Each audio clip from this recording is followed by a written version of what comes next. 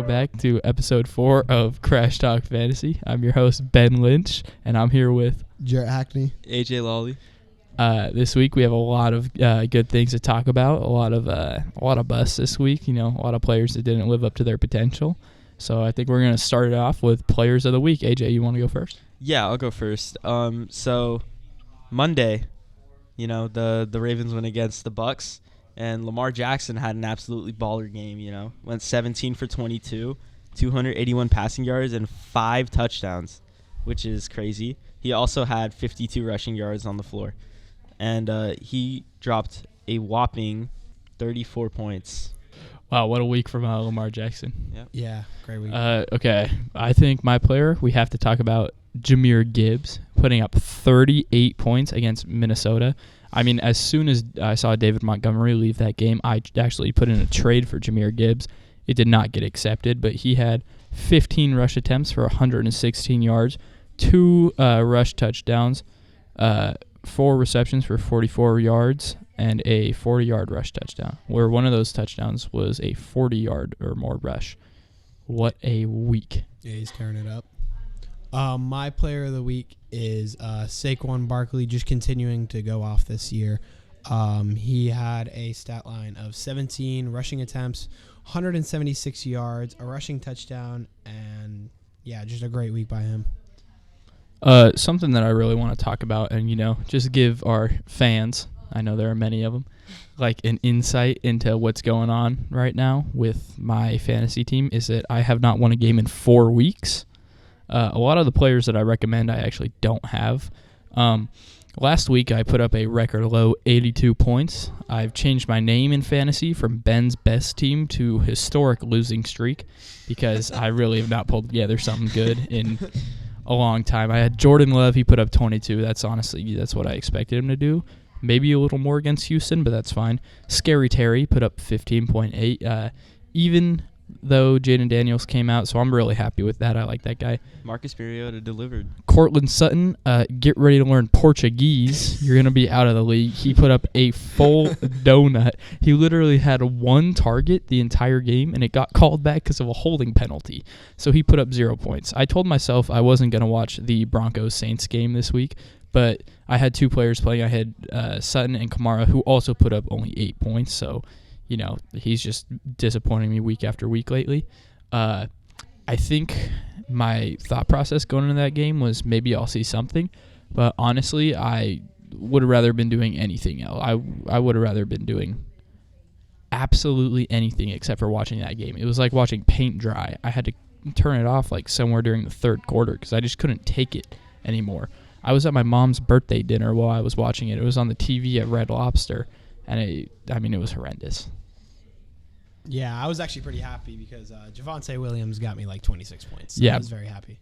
Back to my team, J.K. Dobbins had a solid 9 points, got stuffed against the Cardinals, which is really disappointing. Kyle Pitts, 13.5. He's actually exceeding expectations week after week. I'm very happy for him. Marvin Harrison Jr., once again, you are getting off my team. I'm going to trade you now because you put up 5 points. The last time you put up a good week was literally week 4. Besides that, you put up 5 points every single time. Breakout. Some breaking news from this week. Jamison Williams got banned for 2 weeks because he Performance. used PEDs. Yeah. Tested positive for PEDs. Yeah, so that's very interesting. You know, I mean, he didn't have a good week at all last week with 0.1 points. 1 target, -4 yards. But, he's just a very off-and-on guy. But, that's just going to impact Jamison Williams owners a lot going into the next couple weeks. I mean, one more player that I think we have to talk about is Derrick Henry, who's just been so dominant pretty much every week in fantasy. I mean, his worst week was 10 points against the Chiefs, but their run defense has been so good this year. Other than that, I don't think he's put up under 20 points a week, except for against Cincinnati, he had 18.6. I mean, Derrick Henry is just going crazy. You could argue that the last 5 weeks, his schedule has been so easy. He has some harder games coming up: Cleveland, Denver, Steelers, Chargers. some better defenses from the league, but I still think that he's going to make it happen. So my biggest disappointment was the New York Jets defense, who has been so good to me lately. And they played the Steelers, so I figured, okay, Justin Fields, I forgot he was out. Russell Wilson started that game. And, I was just thinking, wow, I can't wait to see what the Jets do. And then they proceeded to put up -3 points in one of the worst defensive performances I've ever seen in my life. So my biggest disappointment this week has got to be C.J. Stroud, who played against the Packers. He dropped 5 points, which has been his lowest all year.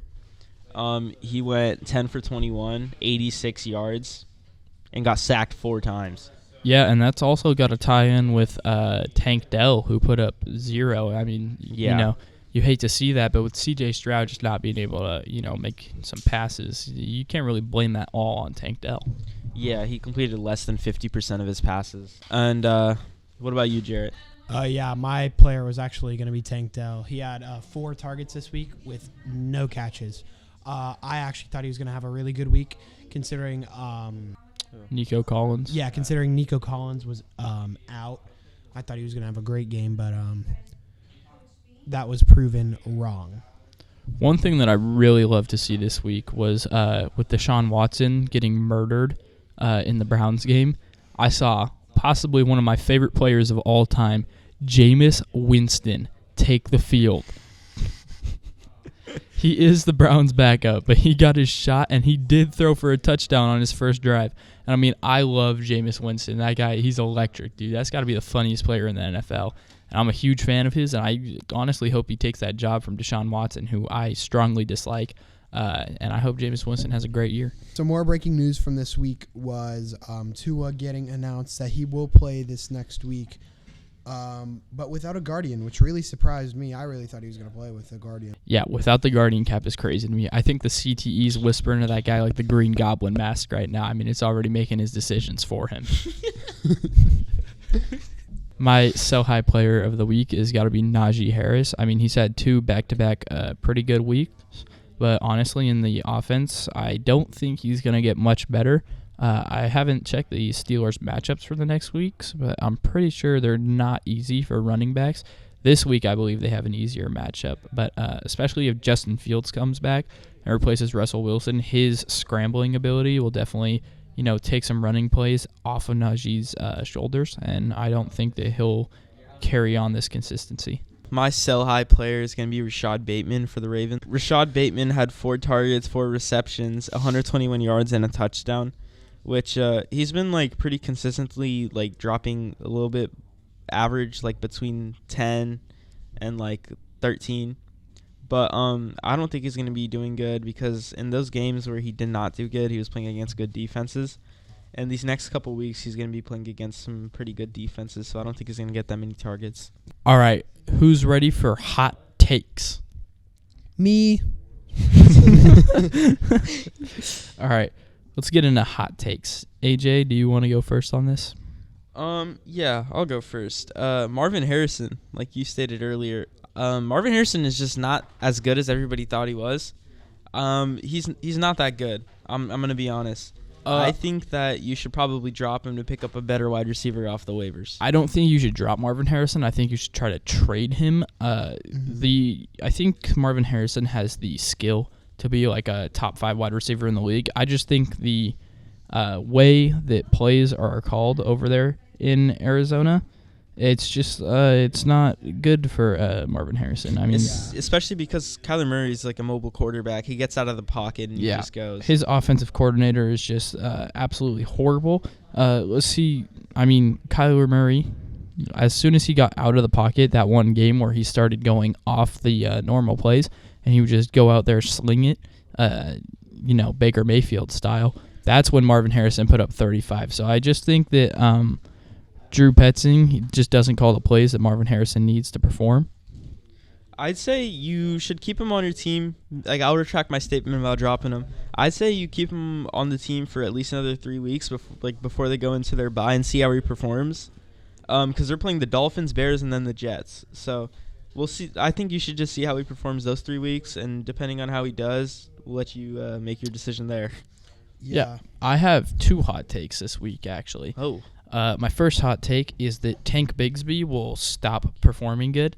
AJ is very angry about that statement. I think he might have him on his team. Oh no, I'm just mad that you're giving 2 hot takes. So But I have more if to you edit. if you look at Tank Bigsby's performance, his 2 large games were against the Indianapolis Colts, who aren't exactly known for their run defense, and New England, who are 5th overall in points given up.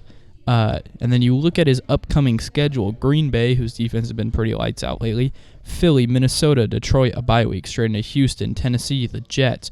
Actually, he only has one good matchup in Week 16 against the Las Vegas Raiders. I think you should drop Tank Bigsby or try to trade him while he's high.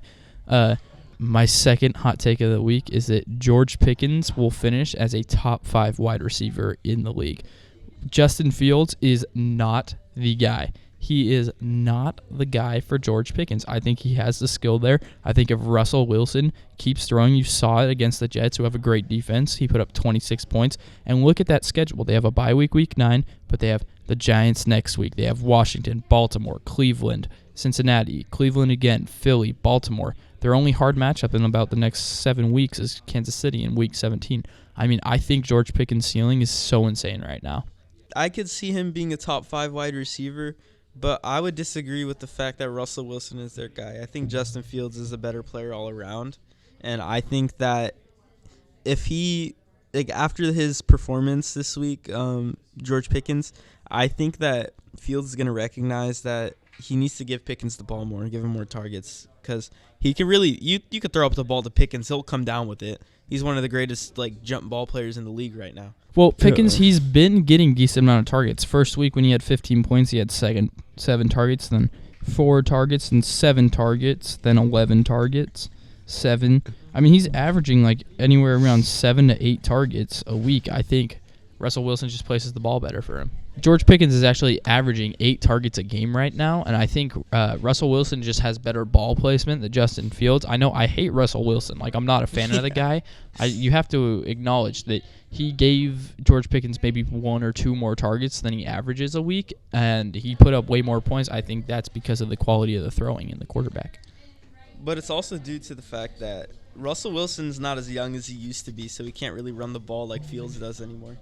And that's good for George Pickens. Yeah, because he's going to get that ball more.